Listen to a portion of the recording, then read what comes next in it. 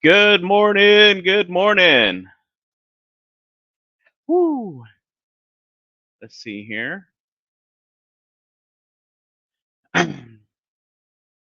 Check, check. Mic check. 1, 2. Mic check. 1, 2. Here we are. Hopefully, everybody can hear me and see me. We've got a special guest today, guys. This is going to be so awesome. I am super excited to be with you guys on here today on Faith Your Fears Friday. This is our special guest, Bob Tiede. We're fixing to be bringing him on stage really fast. But for those of you that I just met, that we just connected, thank you guys so much. I really enjoyed being with you guys. Let me know if there's anything we can do to help you guys out. This is the Fun Life community, and in the Fun Life community, what we are doing, we can actually go in and let me just set this text real quick. What we are doing is just simply helping you to reactivate the childlike faith that is inside of you to be able to come and live out your childhood dreams in this playground we call life. And so today, without further ado, I'm going to go ahead and bring on our special guest, Bob Tiede. Let me go ahead and add him on here really fast. Good morning, Johnny. Woo! Yes, Mr. Bob Tiede. I cannot tell you how much I am super excited. I don't know if you can tell. This is the first time you are our first guest on the actual streaming service. We tried so hard to stay on the organic social media feed through the original platform. And so I went ahead and decided to go this route because it just gave us so many more options. And I'm super excited to have you on here with us this morning. Well, I am super excited to be with you, Johnny. I love your enthusiasm. Man, just really fast. Let me get my notes up here really fast. I did go ahead. I've got 3 different screens, and then my computer this morning decided it wanted to restart. So I'm like, are you kidding me? So really quick, for those of you, I'm going to introduce Bob. Just kind of read you a little bit about Bob and get you guys really familiar with him, because how I met Bob, or how I was introduced to Bob, was through this little thing. And I cannot tell you how. I mean, I've got it highlighted, I've got it marked up. There's so many things, but really, to give you a little bit about Bob Tiede, he's been on the staff of CRU, formerly known as the Campus Crusade for Christ, for 52 years. Are you kidding me? Serving 8 years in CRU campus, and then 24 years as the CEO of Josh McDowell Ministry, guys. I mean, Bob, and then we get connected again through this one right here, leading with questions. And this is kind of what we're going to be talking about today.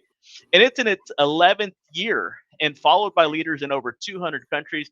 Bob, this is a pretty special thing here. This is the 3rd edition for Leading with Questions, which it's been on Amazon's #1 bestseller in the category of business communications.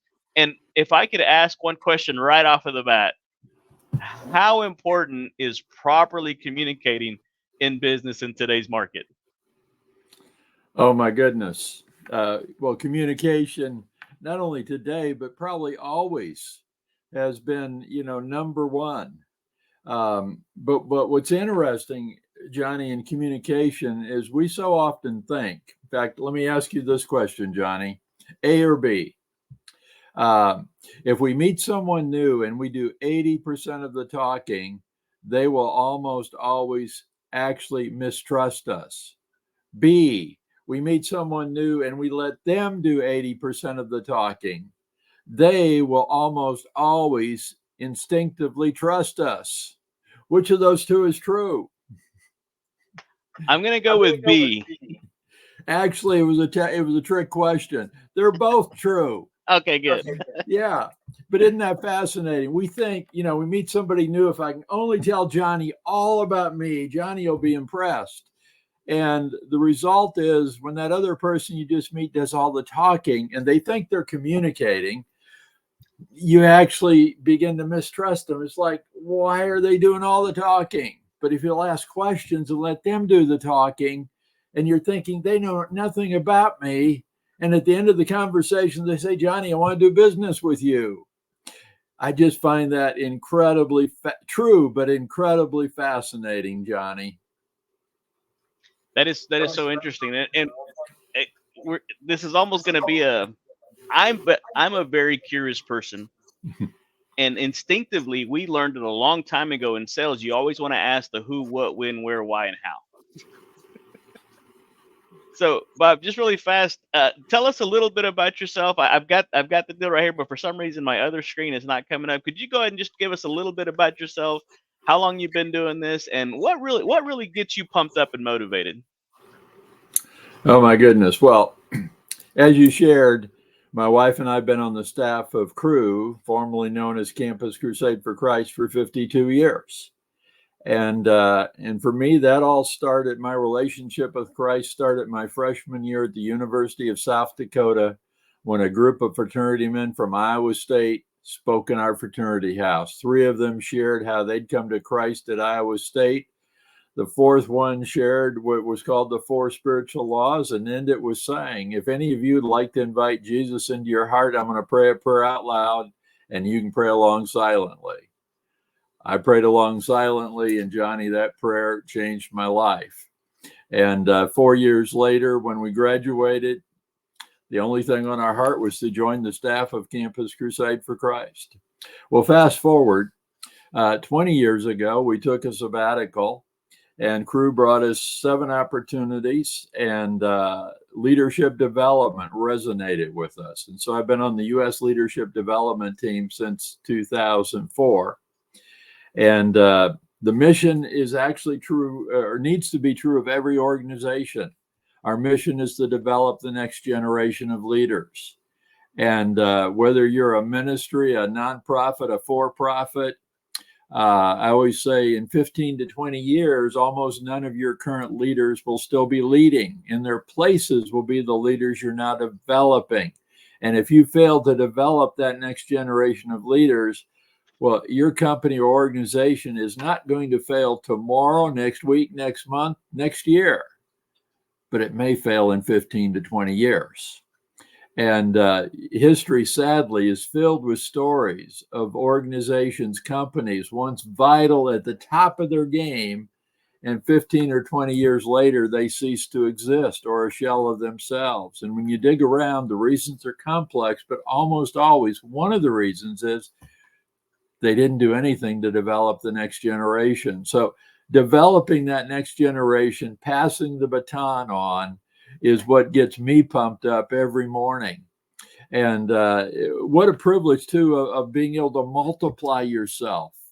My goal isn't just developing one more leader like Bob. My goal is to develop thousands of more leaders.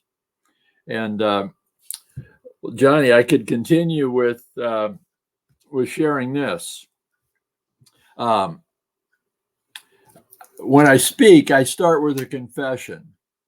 And my confession is that for most of my career, I was a benevolent dictator. My only paradigm of leadership was I thought the job of a leader was to tell staff what to do, to give direction. Now, I did say benevolent dictator. Johnny, I grew up in a home where I was taught to say please and thank you. So, Johnny, if you'd been on my team, I don't think I ever would have said, Johnny, go do this. It would have been more like, hey, Johnny, here's what we're working on. It'd really be great if you could please do this. And when you did it, Johnny, I would have said, Johnny, thank you. Or at a staff meeting with the whole staff, Johnny, stand up. You all need to hear what Johnny did and express appreciation. And I don't want to suggest we got nothing done, but the truth is my only paradigm of leadership was I thought the job of a leader was to tell staff what to do, but to do it kindly. Well, for me, Johnny, I just happen to have that changed when I found this book, the first edition of Leading with Questions by Dr. Michael McCourt, professor at George Washington University. And this is literally the book I bought. You can see it's Post-it notes, underlined. I started teaching out of it, but it was a page turner. As I read this book, it is filled with stories of leaders literally from around the globe, not just the U.S., and it shares not only their leading with questions, but it shares the questions they use. And as I read this book, Johnny, I had only one question. Why hasn't anyone ever shared this paradigm of leadership with me before? Johnny, it made instant sense. And this book changed my leadership forever. Johnny, can I ask you a couple questions? Uh-oh. Shoot, Bob. Johnny, do you love to be told what to do? No. No. I ask leaders all the time, do you love to be told what to do? And there's never a hand that goes up. And then I say, well, if you as a leader don't love to be told what to do, what would make you think your staff love to be told what to do? And, you see that look on their face like it just never occurred to them. But yeah, I guess they wouldn't love it either. And Johnny, I'm going to ask you another question. This is a silly one, but I'm going somewhere with it. Okay. Johnny, imagine a big rowboat. I mean, big. And there's you and 9 of your staff in this rowboat. There's oars for everyone. And you want to get that rowboat across the lake as quick as possible. How many of them would you like to have row with you? Every single one of them. All of them. Yes, I told you it was a silly question. But now imagine that same team is gathered around your conference table. And there's an opportunity on the table. If you're a leader like I used to be, the benevolent dictator, and you think it's your job to figure out how to take advantage of the opportunity, and then you'll tell them what to do, how many mental oars are in the water trying to figure out how to take advantage of the opportunity? Wow. Only you. One oar. And that's the dictator. That's the person who thinks, again, not evil, but thinks my job is to figure out how to take advantage, and then I'll tell them what to do. But let's change that. Johnny, instead of being the lead by telling leader, you lead with questions. And so you share, hey, gang, here's this opportunity. And then you look around the table and you say, what do you all think we might do here to take advantage of the opportunity? Now, how many mental oars are in the water? Yeah, you're getting some engagement. All of them. And Johnny, as you listen to all their ideas, what's the probability that you might hear an idea better than anything you were thinking? Oh, yeah. Yeah, the 2 heads are better than 1. Yeah. And like I said, it's a team of 10, 9 plus you. Yes. And now it's not a guarantee that you'll hear an idea better than anything you were thinking, but the probability is there. There's a chance. So let's say sitting across the table is Sarah, and Sarah shares an idea with you, Johnny. And as you hear her idea, you think, wow, that's incredible.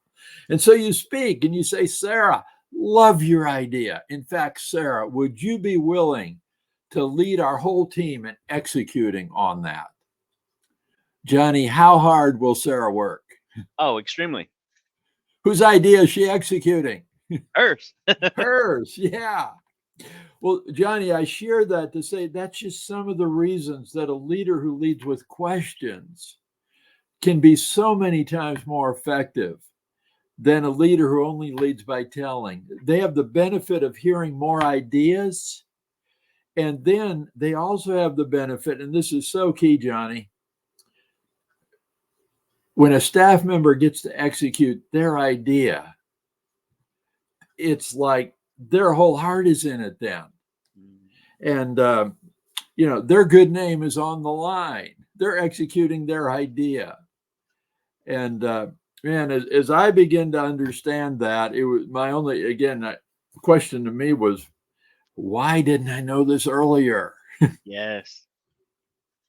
Absolutely. And you said in the book, or you're talking about how the leader is 10 times more effective when they're asking questions. How is that possible? What's going on in the minds of the other people when the leader is asking them questions? What is it that went off in Sarah's brain that says, I'm taking ownership and I'm running this thing to the top?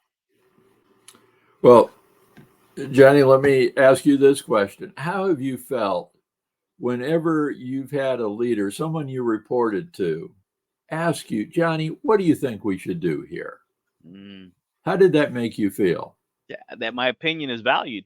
Yeah. Without your leader saying, Johnny, I value you. Johnny, I think you have wisdom. Just by asking, communicated that. And, whereas when we're a teller and we just say, Sarah, here's what I want you to do.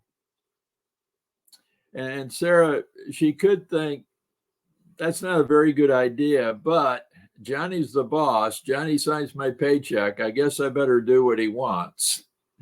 And I'm not suggesting that results in failure or nothing happens, but we certainly haven't energized Sarah in the same way as when we say, "Hey, Sarah, what do you think we might do here?" And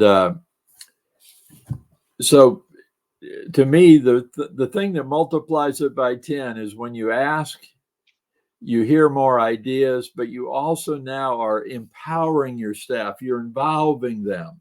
They feel valued. And then they have ownership. Someone once said, involvement creates ownership.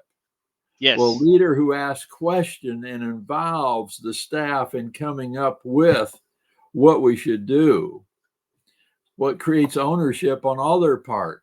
We're executing our idea versus here's what one person thought, the boss, and told us to do. Wow. Well, hey, really, really fast, because when you start getting into here, there's a story or there's a question. Really, again, we're talking about questions from Cheryl. I'm reading this correctly. Batchelder. Yes. Batchelder, former CEO of Popeyes, and that you encourage leaders to ask their staff about what are the 3 or 4 events that have most shaped their lives, and can you please kind of tell us more about that? Yeah. Well, as you said, Cheryl was for many years the CEO of Popeyes Chicken. When she took over, Popeyes was in trouble. Shares were trading at $10 a share. When she left and Popeyes was sold to a Canadian firm, shares were now trading at $60 a share. And Cheryl wrote a book called Dare to Serve. And from my perspective, it's the best book on servant leadership I've ever read, because she doesn't just describe servant leadership theoretically. She shares how she used the concept of servant leadership to turn Popeyes around. Well, in that book, she asked this question: how well do you know your staff? Do you know the 3 or 4 events that have most shaped their lives? And again, I would say in many ways, Cheryl was writing to Popeye managers. And if you think of a fast food restaurant like Popeyes, most of your staff are entry level. And, I think a lot of fast food kind of managers see their staff as here today and gone tomorrow. Yes. And I also think, but from the perspective of a staff member, I could be working somewhere and thinking, I don't even think the boss knows my name because he never uses it. And certainly the boss knows nothing about me, nothing about my story. Well, if that's kind of your feeling about where you work, it's real easy to leave that place. But if you're working in a place where it's like, hey, the manager not only knows my name, but they kind of know my story, it's harder to leave. I don't mean you can pay people unfairly, but when you feel like, hey, wow, these are good people. And so for me personally, I was reading her book and I came across that question: what are the 3 to 4 events that have most shaped your life? Now, Johnny, every time I read a great question, I can hardly wait to ask someone the question. And Johnny, in a moment, I want to ask you that question, but I'm going to tell you a story. Okay. As soon as I read that question, the very first time, 15 minutes later, I'm on a Zoom call with one of my colleagues from Canada who I have the privilege of coaching. His name is Neil. I've known Neil since 2007. We're good friends. I thought I knew Neil's whole story, but we get on this coaching call and I say, Neil, before we get started, I've just read a great question. I'd love to ask it. he said, Bob, I love great questions like you do. What's the question? I said, Neil, what would you say are the 3 to 4 events that have most shaped your life? And Neil said, well, Bob, have I ever shared with you that my birth father died when I was 9 months old?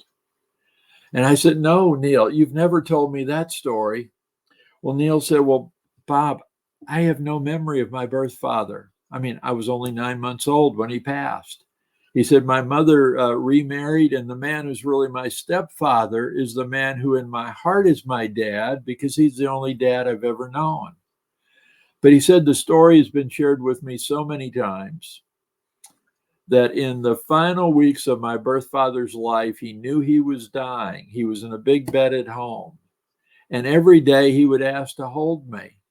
And as he would hold me, I'm told that every day as he'd hold me, he'd pray over me and ask that God, the Heavenly Father, would be a father to his son, this little boy that he knew he was not going to live to raise. Well, Neil began to have tears as he shared this. His tears caused me to have tears. And he said, Bob, the first event that marked my life, I believe, was the prayers of my birth father. He said, I believe God honored those prayers. And as a result, I came to Christ. And, my question, Neil's answer, 3-4 minutes. But a relationship that was already good suddenly went deeper. And Johnny, now almost all the time, whenever I speak, I share this story. And then I say, hey, I want all of you to experience this question. Everybody stand up, put your hand in the air. I want you all to find one other person in the room here, preferably someone you don't know. And when the two of you see each other, put your hands down, go stand by one another. So people with the hands up still are looking for a partner. And when they get together, I say, okay, I'm giving you 8 minutes total, 4 minutes each to answer the question. What would you say are the 3 to 4 events?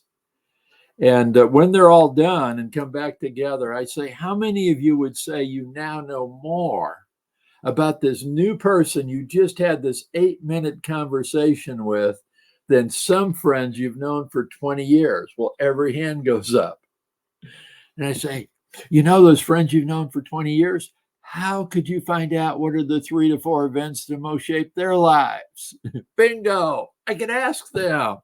Yeah.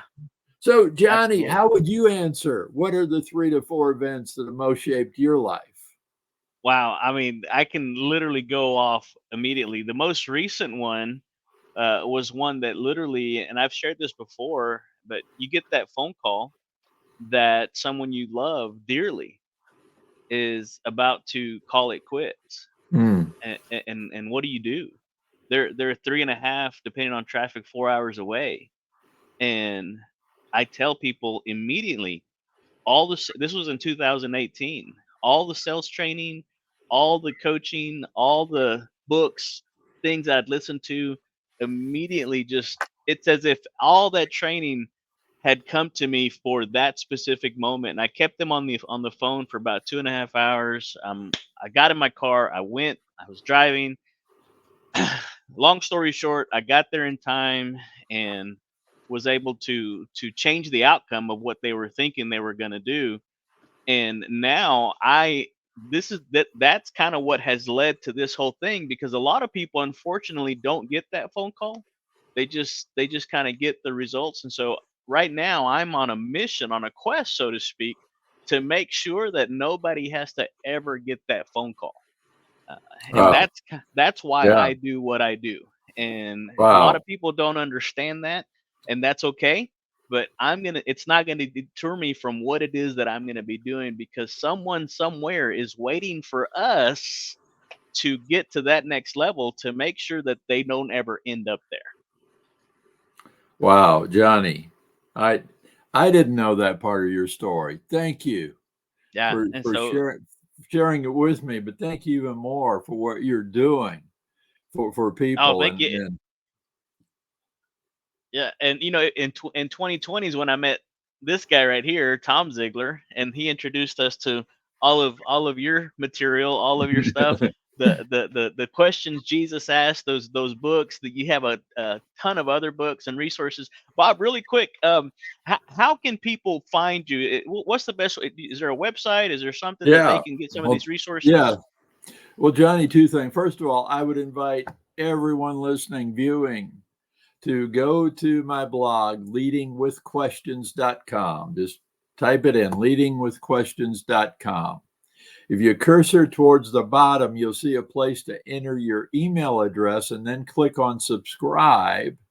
And you will instantly be joining. Subscribing is free, but leaders from those 200 countries who every Monday and Thursday into their inbox comes additional questions that they can use to lead.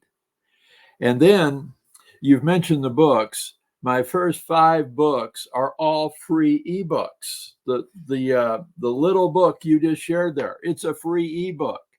And if you go to leadingwithquestions.com, on the top, you'll see the word books. If you click on books, you'll instantly have access to all 5, and they're available in multiple languages. So if you or you have friends or coworkers or staff who first language is other than English, Spanish, Portuguese, French, Romanian, Albanian, Chinese, they're available in multiple languages. And again, everything is available to download for free. That's now, my great. newest book is, as you said, Leading with Questions, the 3rd edition, co-authored with Dr. Michael Marquardt. This one is available on Amazon. And Amazon right now has a real big discount on the book. But you can access that one that way. But the first 5, free. Go to leadingwithquestions.com, click on the word books, and you'll have access to download them for free. Bob, I'm glad you brought that up because it's in its 3rd printing. This is the 3rd edition, and you got to get on there as a co-author on Leading with Questions. You are an expert in leading with questions. How did that? I'm sure there's a story there. Oh, there is, and it's such a gift to me. I've already shared the 1st edition is the book that changed my life and my leadership, and I began to. As a result of this book, I started the blog, Leading with Questions. Now, when I did, that's another story. If you do a blog, the first thing, there's a service online called WordPress that helps bloggers. Well, the first question they ask is, what do you want your blog to be called? Let's do an URL search to see if it's available. Well, I typed in Leading with Questions, smiling as I did, thinking certainly the author or the publisher would have tied up the title, even if they weren't using it. But no, it was there available at, $29 a year, whatever the cheapest price is. So I grabbed it. I got it legally, Johnny. I didn't steal it. But I felt a little awkward, like I don't know Michael Marquardt. I don't know how he'll feel about this. It is the title of his book. I decided I'm going to blog a while, 3-4 months, to get some content out before I reach out. And then I reached out. I spent time crafting a very, diplomatic email, but I thanked him for his book and how it changed my leadership forever. I shared I started this blog. I asked if I might have permission to excerpt from his book, but we'd make the book the featured image, a link to Amazon for purchase. And, I hit send wondering how he might respond. Well, within 24 hours, John had the most gracious response. Bob, you've made my day. Bob, I've looked at your blog. It's wonderful. Yes, you have my permission to do all the excerpting you want to do. And so we were off and running. Well, a couple years after that, it was time for the 2nd edition. This is the 2nd edition book. And before this came out, Dr. Marquardt reached out and said, Bob, would you be willing to do an endorsement? And could I list your blog as a recommended resource? It's like, yes. And then about a year after this came out, I was in Washington, D.C., and we connected in person. And as I'm calling him Dr. Marquardt, he quickly says, Bob, Call me Mike. I'm Mike. And so it's been Bob and Mike ever since. But about 2 years ago, Mike calls and says, Bob, it's time for a third edition. And I'm calling to ask if you'd be willing to be the co-author. And my response, Johnny, was, Dr. McCourt, you're a professor at George Washington University. You have a doctorate. Yeah, I graduated from the University of South Dakota, but I don't have any education beyond that. And he said, Bob, a new edition requires about 30% new content. Your blog is over 10 years old. You've had guest posts from some 300 plus authors. You've excerpted from 75 some books. You actually already have done all the research for the third edition. So summer of 2023, we spent about 6 weeks working together. And Johnny, Dr. McCourt, Mike, he's brilliant. From my opinion, he did the heavy lifting. He knew what in the second edition he wanted to replace. There are 10 chapters in all the books. And what I provided him was each chapter has a theme, and I would provide him 10 times as much content as would be needed so he